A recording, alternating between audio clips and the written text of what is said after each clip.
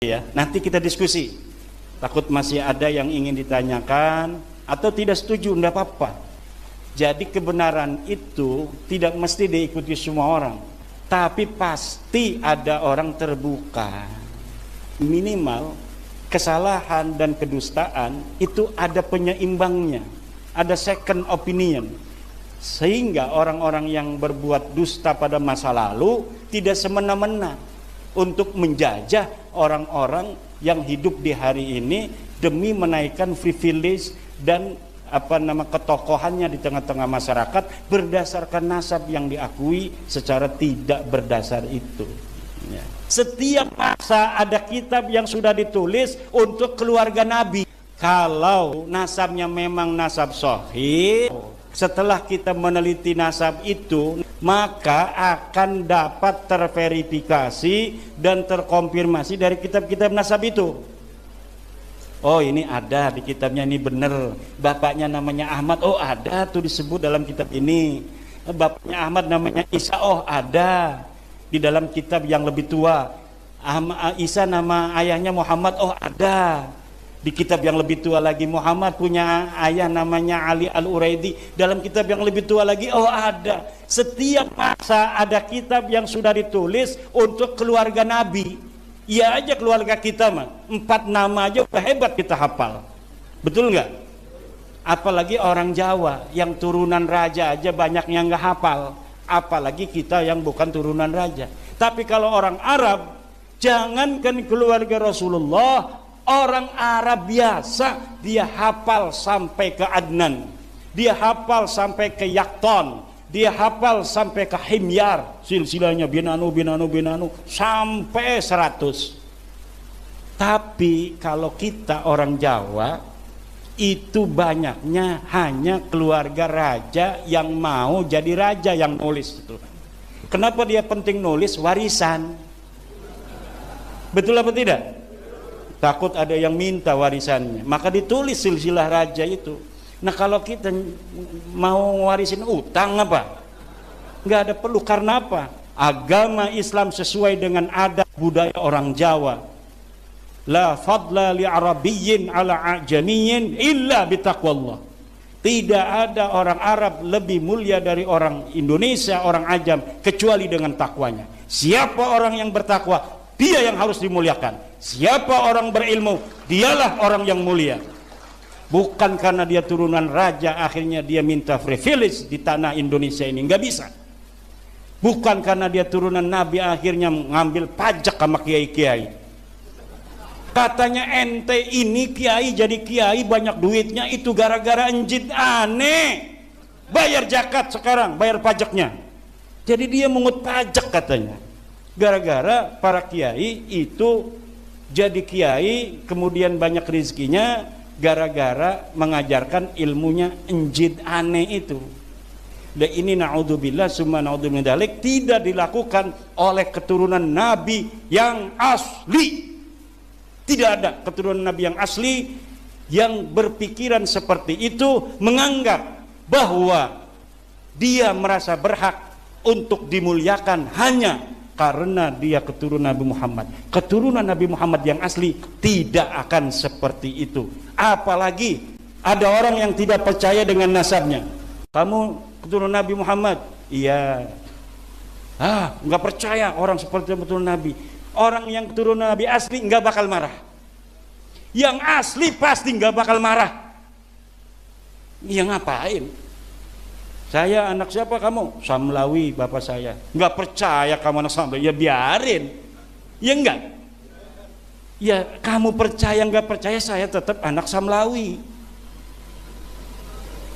Turunan Nabi asli, orang mau percaya mau kagak dia turunan Nabi, ya saya tetap turunan Nabi. Betul tidak? Lalu apa hubungannya dengan orang?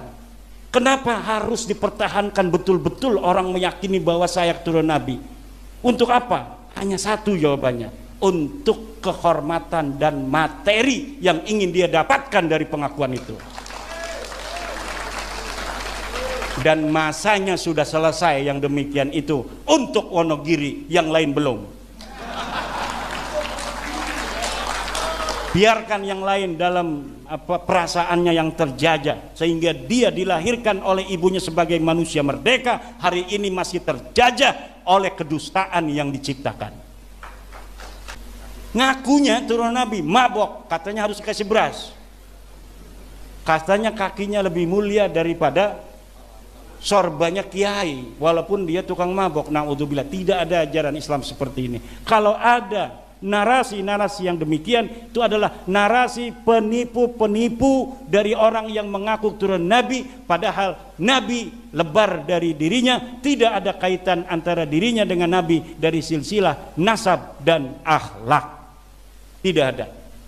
Yakin, serakin yakinnya 100% orang semacam itu yang mudah mabok, mudah menghina orang, mudah mengintimidasi, tidak suka direndahkan, kalau direndahkan sedikit aja marah, maunya dimuliakan. Itu bukan ciri genetik Rasulullah Muhammad SAW. Genetik Rasulullah itu genetik tawadu, bijaksana, sopan, jujur. Ada yang menghina dia senyum, itu genetiknya Rasulullah. Dan genetik Rasulullah itu miripnya bukan dengan mereka, tapi miripnya orang Wonogiri. Kalau dia dagang bakso, ada yang utang senyum, bayarnya besok. Besoknya ini mangkok ditempahin sama dia. Ini akhlak orang Jawa, itu asbahul akhlaqi bin Nabi sallallahu alaihi wasallam. Cuma ketawaduan ini sekarang jangan dipakai 100%. Orang yang terlalu tawadu gampang dijajah. Orang yang terlalu sopan gampang ditipu. Orang yang terlalu tawadu gampang dijajah. Orang terlalu sopan gampang ditipu. Sama dengan orang yang selalu husnudon, mudah sekali ditipu. Ada maling datang, kali ditipu. Ada maling datang, kayaknya mau maling, bukan, kita juga nggak boleh suudon, husnudon aja. Padahal tampangnya udah kelihatan, tampang maling kan, pelangap-pelongo segala macam. Lah husnudon, kita kan hatinya nggak boleh suudon pada orang. Akhirnya alhamdulillah laptop dan HP-nya hilang, lagi di meja.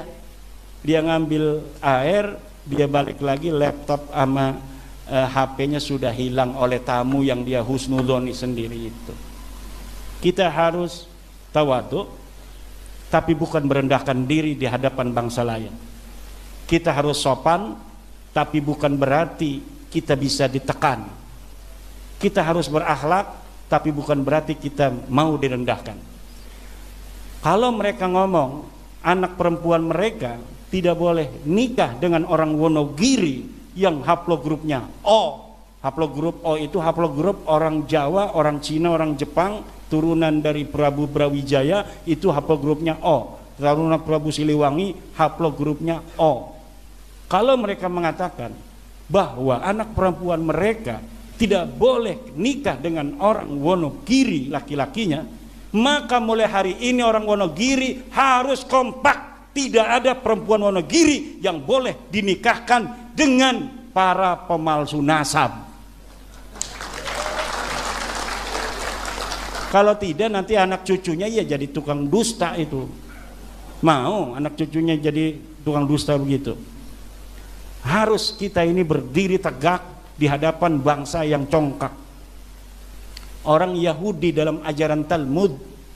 Ajaran Talmud ini ajaran daripada penyimpangan dari ajaran Nabi Musa. Nabi Musa itu kitabnya Taurat. Setelah Nabi Musa wafat, ada orang-orang yang menyimpangkan ajaran Nabi Musa. Ajarannya disebut apa ditulis dalam kitab namanya Talmud. Di dalam Talmud ini diajarkan orang Yahudi adalah khairus syu'ab, sebaik-baiknya bangsa di atas dunia. Selain orang Yahudi adalah binatang. Tidak boleh perempuan Yahudi menikah dengan selain orang Yahudi. Selain orang Yahudi boleh dibunuh. Selain orang Yahudi boleh ditipu. Selain orang Yahudi tidak ada punya hak untuk hidup di muka bumi. Dibunuh aja boleh, karena tidak mempunyai hak hidup di muka bumi. Dan selain orang Yahudi, menurut ajaran kitab Talmud, bukan keturunan Nabi Adam alaihissalam. Ajaran-ajaran penyimpangan dari ajaran Musa itu sekarang dikembangkan oleh orang yang merasa keluarganya, nasab keluarganya lebih tinggi dari nasab keluarga orang lain. Kalau ada orang Wonogiri, orang Indonesia yang masih menghormati keluarga-keluarga yang mempunyai pandangan merendahkan kita yang menghormatinya semacam itu bodoh banget itu orang Wonogiri. Udah direndahkan. Dia kalau melihat orang Wonogiri, nggak level. Kitanya mah hormat, nyium tangannya, tapi dalam hatinya nggak level.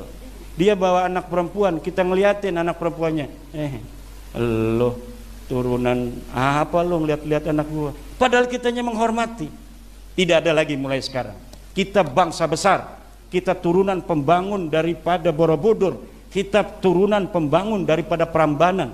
Peradaban Indonesia yang besar di masa lalu melahirkan kita hari ini yang ada di muka bumi dari peradaban dan orang-orang yang besar di masanya. Dan tidak boleh orang Wonogiri, orang Jawa merendahkan diri serendah-rendahnya di hadapan bangsa lain, baik atas nama kemanusiaan atau atas nama agama. Tidak boleh orang Wonogiri, orang Jawa merendahkan diri di depan siapapun.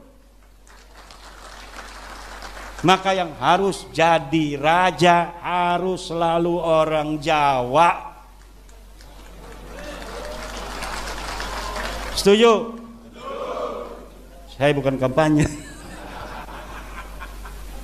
Wallahu wal muwaffiq ila aqwamit thoriq. Wassalamualaikum warahmatullahi wabarakatuh. Kita kembangkan, mungkin ada pertanyaan. Yang tidak setuju juga boleh, tapi jangan marah-marah. Tepuk tangan sekali lagi yang meriah untuk Kiai Imad. Pak operator, disiapkan mic ya, 2 atau berapa untuk para penanya. Alhamdulillah para hadirin wal hadirat semuanya, bisa kita ambil sebuah kesimpulan bahwa satu, berdasarkan kajian ilmiah baik dari kitab-kitab nasab abad 4 sampai abad 9 awal, baik itu kata kitab Tahdhibul Ansab, Al-Majdi, Al-Fakhri, Syajaratul Mubarakah dan lain sebagainya, di situ memang betul tidak terkonfirmasi, tidak ada nama Ubaidillah sebagai cikal bakal keturunan para habaib yang ada di Indonesia. Sebab Ubaidillah punya anak yang bernama Alwi, dan Alwi ini yang kemudian dinisbatkan menjadi Alawiyin. Bani Alwi zuriyah daripada Ubaidillah yang memang namanya tidak terpotret, tidak ada di kitab-kitab nasab selama hampir 550 tahun. Kekosongan riwayat selama 550 tahun inilah yang menjadikan Kiai Imad yakin seyakin-yakinnya, juga berdasarkan fakta dan dalil yang ada, bahwa Ubaidillah bin Isa ini tidak ada namanya di dalam kitab-kitab nasab yang dijadikan sebagai sumber primer untuk menetapkan nasab Bani Alawiyin atau para habaib yang ada di Indonesia. Mungkin itu kesimpulan dari apa yang kita kaji pada pagi hari ini. Dan untuk berikutnya kita masuk pada sesi tanya jawab, baik yang setuju dengan kajian Kiai Imad ataupun yang tidak setuju. Justru saya pengen melihat yang bisa membantah dan mencari celah titik lemah daripada kajian Kiai Imad ini. Assalamualaikum warahmatullahi wabarakatuh. Matur sembah nuwun atas waktunya yang termulia dan yang kami muliakan sedaya para masyayikh, para kiai Wonogiri. Pertanyaannya, apakah semua kabib-kabib yang ada di Indonesia ini semuanya itu masuk Ba'alawi atau ada kotak-kotak Pak Yai? Nah, artinya semuanya mungkote napa masih ada pemilahan Pak Yai, monggo mangke dipun jelasaken nggih. Itu yang pertama. Yang kedua untuk Wali Songo, ini saya kayaknya belum dipaparkan, monggo mangke dipun jelasaken apakah Wali Songo itu katut Alawi atau mboten ngoten nggih. Khawatirnya wis diidolakan, wis diziarahi, ternyata namu wali tapi kan wis diziarahi, ternyata namu wali tapi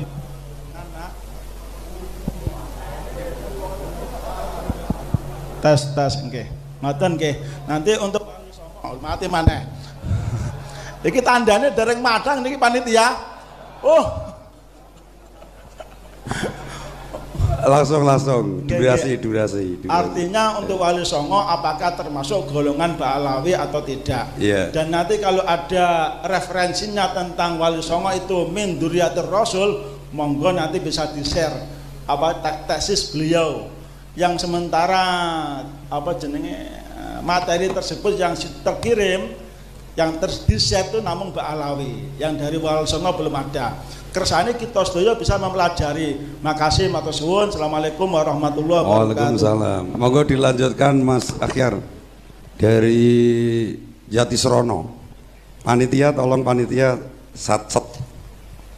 Bape peserta rung do mangan. Assalamualaikum warahmatullahi wabarakatuh. Waalaikumsalam. Bismillahirrahmanirrahim. Sebelum saya menyampaikan pertanyaannya, disclaimer terlebih dahulu bahwasanya saya bukan dari golongan muhibbin atau apapun. Tapi pertanyaannya begini. Dari 87 jumlah nasabah yang tercatat dalam sejarah yang dikutip oleh Bakar Abu Saif yang pada masa Tobakotu ketiga sama keempat, kitab yang ditukil oleh jenengan itu hanya satu kitab saja. Bahkan ada lebih dari 50 kitab nasabah saat itu yang belum dikutip. Kemudian yang kedua, apa yang kami temukan dari Abnaul Imam, dari kitab Abnaul Imam fi Misra wa Syam halaman 167, Ibnu Toba Yahya bin Muhammad Al-Qasim Al-Husaini Al-Alawi yang wafat pada abad ke-5, beliau mencantumkan Abdullah atau Ubaidillah sebagai putra dari Ahmad bin Isa. Kemudian di kitab lain As-Suluk fi Tabaqatil Ulama wal Muluk, karya Al-Qadhi Bahauddin Muhammad bin Yusuf Al-Kindi, wafat pada abad 8, juga ketika menceritakan Abul Hasan Ali bin Muhammad, beliau menyebutkan Abdullah sebagai putra dari Ahmad bin Isa. Oleh karenanya pertanyaannya, apakah tesis yang jenengan buat itu sudah mencakup sekian banyak buku atau kitab nasabah atau hanya sebagian saja? Karena dari beberapa tesis yang saya baca dan juga pemaparan, bahkan 20% saja dari kitab-kitab nasabah belum jenengan tukil. Mungkin mohon tanggapannya ya. Apa dipukul rata ing kita unasab apakah tidak itu? Yang perlu dipertegas bahwa kalau kita mengenal FAM di Indonesia itu Ba'alai FAM-nya kan macam-macam. Ada Asegab, Al-Idrus, ada BSA bin Syekh Abu Bakar, ada Al-Khabsyi, ada Al-Masyhur, Al-Khirid, ada Barkabeh, Barokbeh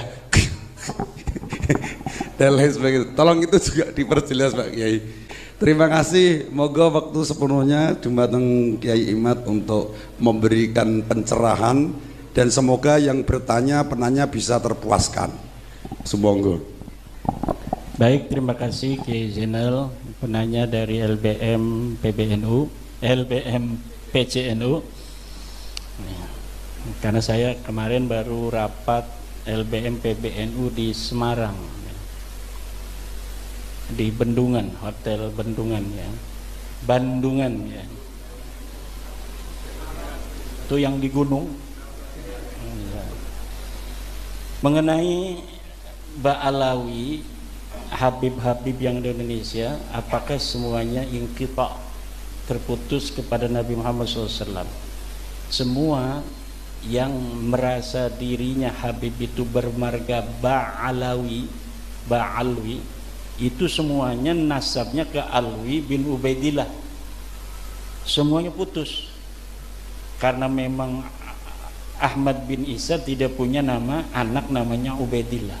Anak siapa? Wallahu alam. Ya orang-orangnya aja tidak terdeteksi, apalagi nama bapaknya. Orangnya aja tidak terdeteksi. Lalu marga apa-apa saja itu yang masuk Ba'alawi.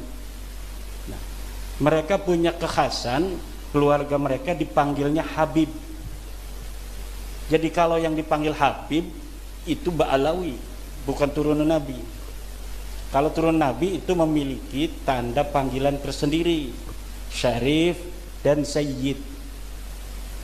Kalau mereka keturunan Nabi yang melewati seorang raja atau gubernur, itu biasanya menggunakan Syarif.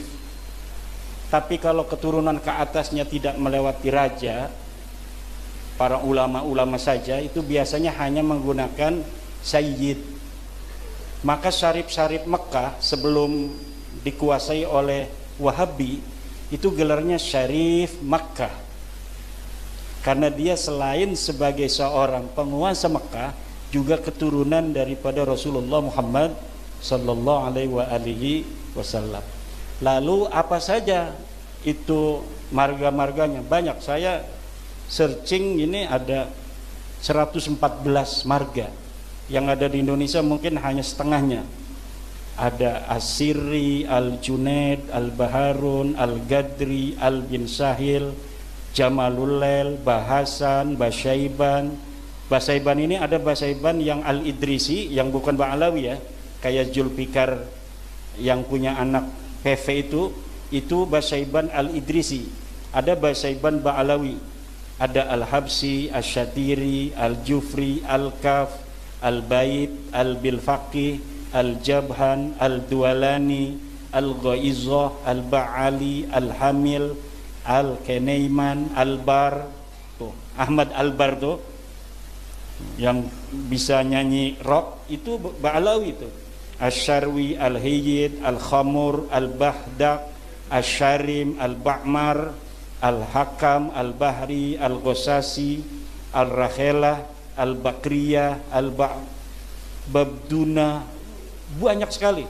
Tinggal dicari yang Ba'alawi. Pokoknya setiap Ba'alawi itu dia bernisbat pada Alwi bin Ubaidillah yang mengaku sebagai keturunan Ahmad bin Isa. Ahmad bin Isanya ini telah terkonfirmasi kitab-kitab sejarah dan kitab nasab, dia seorang turunan Nabi.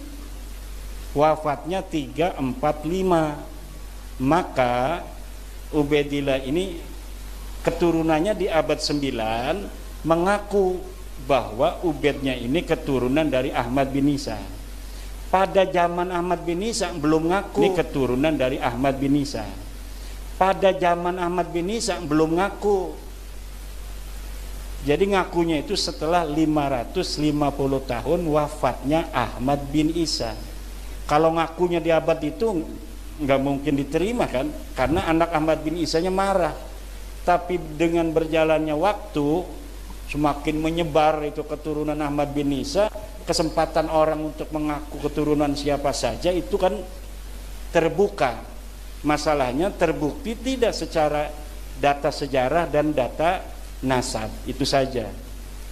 Kemudian mengenai pertanyaan selanjutnya, Wali Songo nasabnya ke Ba'alawi bukan. Orang-orang Ba'alawi Habib mencatat dalam kitab mereka seluruh Wali Songo keturunan Ba'alawi. Itu pada tahun berapa? Baru pada tahun 1984. Kitab cetakan Samsud Dohiro yang ditambahi. Dulunya tidak masuk. 1984 cetakan baru kitab Nasab Ba'alawi mencantumkan terutama Kesultanan Banten yang dicantumkan sampai hari ini ada di dalam kitab Samsud Dohiro itu. Kita ini mantan Ba'alawi. Tahun 2012 saya itu menjadi pencatat nasab bersama teman-teman dari keluarga Kesultanan Banten itu masih ke Ba'alawi karena belum ditemukan keraguan waktu itu. Nah, keraguannya timbul ketika kitab nasab mereka itu mencatat Samsuddohiro itu keluarga Kesultanan Banten, kemudian keluarga lain, seluruh Wali Songo hanya dicatat beberapa generasi bahwa ini ke Ba'alawi gitu, tapi tidak dicatat sampai bawah. Kalau Kesultanan Banten dicatat sampai bawah, sampai tahun 1808. Jadi sampai Sultan terakhir Sultan Safiuddin. Nah kalau Sunan Giri hanya Sunan Girinya saja gitu, Sunan yang lainnya saja. Tapi kalau Sultanan Banten dicatat sampai tahun 1808, keturunan Sultan Safiuddin sampai Sultan hari ini, cuma Sultan budaya itu masih ada di dalam kitab Samsuddohiro. Nah, setelah diteliti, betulkah ini Ba'alawi merupakan leluhur Wali Songo? Ternyata kitab-kitab manuskrip yang sekarang mulai orang itu paham setelah ada bab nasab ini pada penasaran, mencari-cari kitab-kitab di rumah-rumah mereka yang tua-tua. Kemudian Kesultanan Cirebon dia punya manuskrip yang gak boleh dibuka-buka, katanya pemali kalau dibuka. Akhirnya sekarang mau buka. Nanti setelah dari sini saya ke Kesultanan Cirebon, diminta oleh Pangeran Kodiron Patih dari Kanoman untuk bersama-sama membicarakan nasab Wali Songo. Karena di Kesultanan Cirebon pun lihat itu di makam Sunan Gunung Jati masih Ba'alawi. Nggak heran kalau nasab-nasab kiai lain di Nusantara ini masih Ba'alawi. Karena Kesultanan Cirebon sendiri belum serta-merta begitu saja menerima, walaupun saudara-saudara saya dan selalu SMS-an tiap hari. Tapi untuk merubah itu kan kita perlu hati-hati. Lalu mulai kapan? Masa iya 1984 saja ketika nasab Wali Songo itu ditulis dalam Samsuddohiro? Bukan. Sebelumnya sudah ada tahun 1960 sebuah manuskrip palsu ditulis. Jadi ada namanya manuskrip Negara Kertabumi. Katanya karya Pangeran Wangsakerta, salah satu putra Raja Cirebon tahun 1670. Nah, tahun 1670 di dalam manuskripnya itu ditulis silsilah Sunan Gunung Jati sampai ke Ubedillah. Setelah ini manuskrip dibawa ke ahli filolog dari Universitas Indonesia, ternyata kitab ini kertasnya tua, setelah pakai ludah, seret tuanya hilang. Kertasnya ternyata kertas Manila. Kertas Manila itu ya kertas zaman sekarang itu, kayak karton itu. Itu. Jadi upaya itu sudah sejak 1960. Lalu yang tertua lagi di mana? Yang tertua lagi dalam tulisan Habib Salim bin Jindan. Habib Salim bin Jindan datang ke Kesultanan Banten, Sultanan Cirebon, Jogja, Solo, Madura. Bertemu dengan Syekh Holil Bangkalan. Kemudian ini Syekh Holil, silsilahnya Syekh Holil ini dari Ampel, ini dari Sunan Gunung Jati sampai ke Rasulullah. Akhirnya sekarang orang-orang pada berihtijaj dengan Syekh Holil. Katanya Syekh Holil sendiri sudah menetapkan Wali Songo ini ke Ba'alawi. Iya, karena Syekh Holil mendapatkannya dari Habib Salim bin Jindan. Habib Salim bin Jindan itu adalah ayah dari Habib Ahmad bin Jindan, orangnya soleh, tawadu, karena dia ngajinya sama kiai-kiai, bukan nama Ba'alawi. Dia ngaji sama kiai-kiai, makanya tawadu. Habib itu kalau ngaji sama kiai ya kayak kita, tawadu. Kenapa? Sinaran cahaya Jawa, keramat Nusantara itu akan masuk ke dia. Yang berbeda-berbeda itu, lihat gurunya ada nggak guru Jawa, dapat nggak dia keramat tanah Jawa? Nggak dapat. Kalau yang sombong-sombong itu nggak dapat keramat tanah Jawa, jadi dia tidak dapat doa dari Sabdo Palon sama Syekh Subakir dulunya. Kalau yang dapat doa dari Syekh Subakir, perjanjiannya dengan Sabdo Palon, Ya kita mengindonesia. Tidak ada perbedaan kita berdasarkan keturunan dengan siapapun. Nah itu intinya. Kemudian, nah jadi Wali Songo ini sampai sekarang belum tuntas. Makanya saya jarang ngomong Wali Songo karena belum selesai. Dan menurut saya Wali Songo ini mau ke Nabi, mau ke jadi Syarif Sayyid itu enggak terlalu berbahaya. Kenapa? Mereka mengutamakan ilmu, tidak mengutamakan nasab. Jadi tidak akan merasa orang Jawa itu merasa direndahkan oleh turunan Wali Songo. Kalaulah cara Wali Songo sama dengan cara mereka ini sekarang nggak masuk Islam itu orang-orang Jawa. Orang Jawa itu begini-begini, tapi kalau direndahkan betul-betul melawan, betul nggak? Wali Songo tahu, makanya Wali Songo sangat merakyat. Dia merasa seperti orang Jawa sendiri. Makanya itu Sunan Kudus itu nggak ada